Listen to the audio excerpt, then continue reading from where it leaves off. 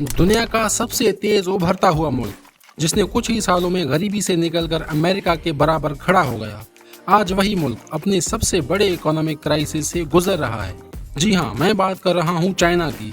एक ऐसा मुल्क जिसकी रैपिड ग्रोथ दुनिया के लिए केस स्टडी है, लेकिन आज उसी चाइना में लोग बेरोजगार हो रहे हैं, घर अधूरे छोड़ दिए गए हैं, एक्सपोर्ट्स गिर रही हैं और ग्लोबल मार्केट्स हिल गई हैं। सवाल यह है कि चाइना की इकोनॉमी आखिर इतने बुरे हालात में क्यों आ गई है, और सबसे इम्पोर्टेंट बात, इसका असर पाकिस्तान और इंडिया जैसे मुल्कों पर क्या होगा। आज के इस वीडियो में हम इस सवाल का जवाब डिटेल के साथ समझने की कोशिश करेंगे और एंड तक बने रहिएगा, क्योंकि मैं आपको वो फैक्ट्स और ग्राउंड रियलिटीज दिखाने वाला हूँ जो आपको मेन स्ट्रीम मीडिया में शायद ना मिले। सबसे पहले समझना होगा कि चाइना ने तरक्की कैसे की। 1978 में डैन शाओपिंग ने reform and open up policy launch की। उसके बाद चाइना ने अपने बॉर्डर्स वर्ल्ड ट्रेड के लिए खोल दिए, चीप लेबर अवेलेबल हुई और दुनिया भर के इन्वेस्टर्स ने चाइना में फैक्ट्रीज लगाना शुरू कर दी। फिर एक वक्त आया जब दुनिया भर के प्रोडक्ट्स, चाहे इलेक्ट्रॉनिक्स हो, कपड़े हो या टॉयज, सब पर लिखा होता है मेड इन चाइना। 1980 से लेकर 2010 तक चाइना की जीडीपी लगातार 10% के आसपास ग्रो करती रही। चाइना ने 80 करोड़ लोगों को गरीबी से निकाल दिया, जो पूरी दुनिया के लिए एक केस स्टडी है। बेल्ट एंड रोड इनिशिएटिव और सीपैक जैसे मेगा प्रोजेक्ट्स ने चाइना को एक सुपर पावर की पोजीशन में ला खड़ा किया। 2010 के आसपास एक्सपर्ट्स कहने लगे कि अमेरिका जल्दी चाइना के पीछे रह जाएगा, लेकिन जितनी तेजी से तरक्की होती है उतनी ही तेजी से क्रैश भी आ सकती है अगर इकोनॉमी की बुनियाद कमजोर हो, और आज चाइना उसी क्राइसिस से गुजर रहा है। आज चाइना के सामने सबसे बड़ा क्राइसिस है रियल एस्टेट बबल। चाइना की 70% पब्लिक अपनी सेविंग रियल एस्टेट में इन्वेस्ट करती है, ना सिर्फ अपने घर के लिए बल्कि इन्वेस्टमेंट के लिए भी। इसकी वजह से घरों की प्राइसेस आर्टिफिशियल तौर पर बढ़ गई हैं। डेवलपर्स जैसे एवरग्रांडे और कंट्री गार्डन ने हजारों प्रोजेक्ट शुरू कर दिए, लेकिन उनके पास उन्हें कंप्लीट करने के लिए पैसे नहीं थे। आज रिजल्ट ये है कि करोड़ों घर अधूरे छोड़ दिए गए हैं, लोगों की लाइफ सेविंग्स फंस गई हैं और घर सिर्फ कंक्रीट के जंगल बनकर रह गए हैं। दूसरा इशू ये है एक्सपोर्ट्स का गिरना। अमेरिका और यूरोप ने अब चाइना +1 स्ट्रेटेजी अडॉप्ट कर ली है।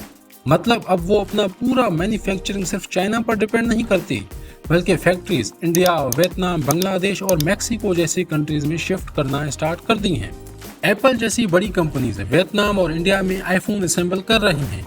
मतलब वो मैन्युफैक्चरिंग जो एक वक्त में सिर्फ चाइना में होती थी, अब बांट दी जा रही है। तीसरा प्रॉब्लम है डेट क्राइसिस। चाइना की लोकल गवर्नमेंट्स ने ग्रोथ दिखाने के लिए बहुत सारे इंफ्रास्ट्रक्चर प्रोजेक्ट्स बनाए, हाईवेज, एयरपोर्ट्स, ब्रिजेस, लेकिन उनसे रिटर्न जनरेट नहीं हुआ। आज डेट लेवल्स इतने बढ़ गए हैं कि लोकल बैंक्स पर भी दबाव है। और चौथा मसला जो लॉन्ग टर्म असर डालेगा वो है डेमोग्राफिक्स। एक वक्त था जब चाइना ने वन चाइल्ड पॉलिसी इंपोज की थी। आज उसका नतीजा ये है कि पॉपुलेशन श्रिंक हो रही है, बूढ़े ज्यादा हो गए हैं और नौजवान कम। मतलब वर्कफोर्स का साइज गिर रहा है और बूढ़े लोगों को संभालना मुश्किल हो रहा है। इसके साथ एक और चैलेंज है डिफ्लेशन और over capacity. Solar panels, batteries और ईवीज जैसे सेक्टर्स में इतना ज्यादा ओवर इन्वेस्टमेंट हुआ है कि प्राइसेस बढ़ने की बजाय गिर रही हैं। अब बात करते हैं पाकिस्तान की। पाकिस्तान की इकोनॉमी चाइना पर हेविली डिपेंड करती है, खासकर सीपैक की वजह से। जब सीपैक अनाउंस हुआ था तो इसे गेम चेंजर कहा गया था। $62 बिलियन का मेगा प्रोजेक्ट पाकिस्तान को एशिया का ट्रेड हब बनाना था। लेकिन आज रियलिटी ये है कि चाइना के स्लो डाउन के बाद सीपैक की फंडिंग भी स्लो हो गई है। इंफ्रास्ट्रक्चर प्रोजेक्ट्स के लिए जो लोन्स दिए गए, उनकी वजह से पाकिस्तान अब डेट ट्रैप के प्रेशर में है। बिजली के रेट्स बढ़ते जा रहे हैं और आवाम पर बोझ बढ़ रहा है। ट्रेड सिचुएशन भी क्रिटिकल है। पाकिस्तान की इंपोर्ट्स का बहुत बड़ा हिस्सा चाइना से आता है। अगर चाइना की डिमांड गिरती है तो पाकिस्तान की एक्सपोर्ट्स भी अफेक्ट होती हैं। सस्ती चाइनीज़ प्रोडक्ट्स ने ऑलरेडी पाकिस्तान की लोकल इंडस्ट्री को तबाह कर दिया है। सबसे बड़ी बात यह है कि जब चाइना अपनी ही इकोनॉमी क्राइसिस फेस कर रहा है, तो पाकिस्तान को बचाने के लिए वो पहले की तरह एक्टिवली सपोर्ट नहीं कर पा रहा। मतलब पाकिस्तान के लिए ये एक वार्निंग है कि हमेशा एक मुल्क पर रिलाय करना डेंजरस है। अब चलते हैं इंडिया की तरफ। इंडिया और चाइना का ट्रेड अभी भी $117 बिलियन से ज़्यादा है, लेकिन प्रॉब्लम ये है कि इंपोर्ट ज़्यादा हैं और एक्सपोर्ट्स कम। इसी वजह से इंडिया का ट्रेड डेफिसिट कंटिन्यूसली बढ़ता जा रहा है। लेकिन चाइना स्लो डाउन इंडिया के लिए एक गोल्डन अपॉर्चुनिटी भी है। एप्पल और टेस्ला जैसे ग्लोबल ब्रांड्स अब अपनी सप्लाई चेन चाइना से निकालकर दूसरे कंट्रीज में शिफ्ट करने का सोच रही हैं। मेक इन इंडिया कैंपेन इस टाइम का सबसे ज़्यादा फायदा उठा सकता है, लेकिन चैलेंज भी साथ साथ हैं। अगर चाइना की ग्लोबल डिमांड गिरती है तो इंडिया की एक्सपोर्ट्स भी कम होंगी। मतलब एक तरफ अपॉर्चुनिटी है फॉरेन इन्वेस्टमेंट अट्रैक्ट करने की, और दूसरी तरफ चैलेंज है अपने यूथ को एम्प्लॉयमेंट देना और इकोनॉमी को सस्टेन करना।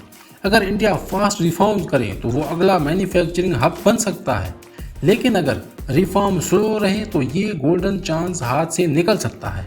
लेकिन दोस्तों, ये क्राइसिस सिर्फ पाकिस्तान और इंडिया तक लिमिटेड नहीं है, ये पूरी दुनिया को अफेक्ट करेगा। चाइना दुनिया की सेकंड लार्जेस्ट इकोनॉमी है।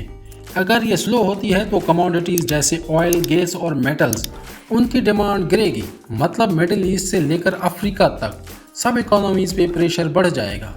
और सबसे इम्पोर्टेंट लेसन ये है कि कोई भी सुपर पावर हमेशा के लिए नहीं होता।